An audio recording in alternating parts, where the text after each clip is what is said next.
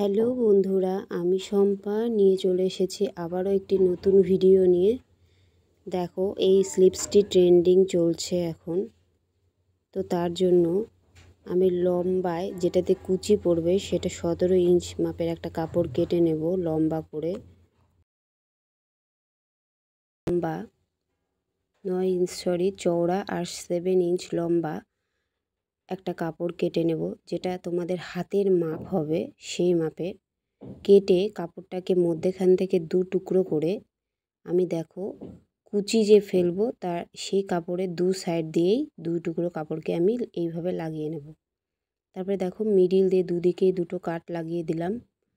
আমরা যে কুচি ফেলবো সেই কুচিটা যেন সমানভাবে পড়ে সেই জন্য। তারপরে দেখো কুচির জন্য 2 ইঞ্চ করে আমি দুদিকেই দাগ দিয়ে নেব, 2 ইঞ্চ 2 ইঞ্চ করে সমানভাবে। তারপরে দেখো কুচিগুলোকে কিভাবে আমি করব।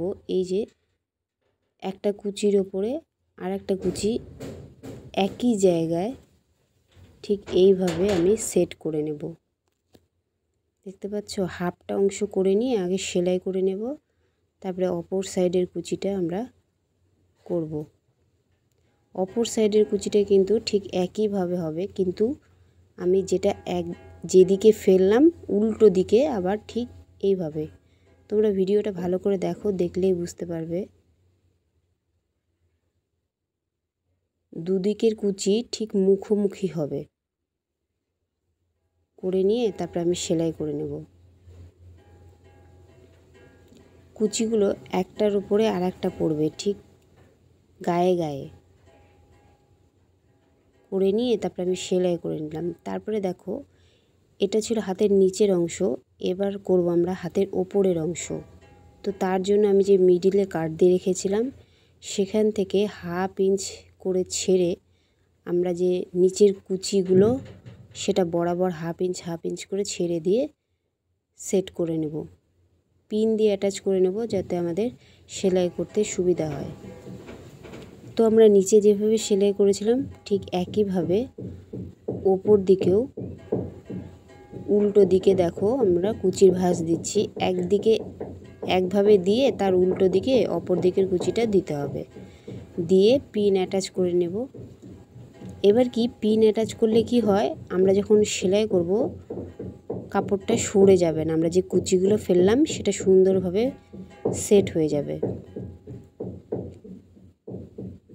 এই যে সেলাই করে নিলাম। এবার দেখো আমি পিনগুলোকে খুলে নেব। পিন লাগানোতে না খুব সুবিধা হয় সেলাই করতে। তো তারপরে দেখো আমরা নিজেদের যে কাস্টমারের হাতের মাপ সেই মাপে আমরা হাত কেটে রেখেছিলাম। পেপারে কেটে নেবেন অবশ্যই নিয়ে তারপরে দেখো বাড়তি অংশটুকু আমরা কেটে দেব। এই স্লিপসটা করার জন্য অবশ্যই পেপারেই হাত কাটিং করতে হবে। তারপরে দেখো পেপারটা আমরা খুলে নেব, নিয়ে আমরা যে নিচে শাড়ির যে ব্লাউজের পিসটার যে পাড় ছিল সেই পাড়টাই আমরা অ্যাটাচ করব। দেখো আমরা যে হাতটা তৈরি করলাম তাকে উল্টো করে রেখে পাড়টাকে উল্টো করে রেখে আমরা সেলাই করে নেব। ডবল সেলাই দিয়ে নিচ্ছি। এবার ওপর দিয়ে একটা চাপ সেলাই দিয়ে নিতে হবে। তাতে কি হবে, কুচিগুলো যে আমরা দিয়েছি বা আমরা যে সেলাইটা করলাম সেটা সেট হয়ে যাবে, মানে বসে যাবে একদম।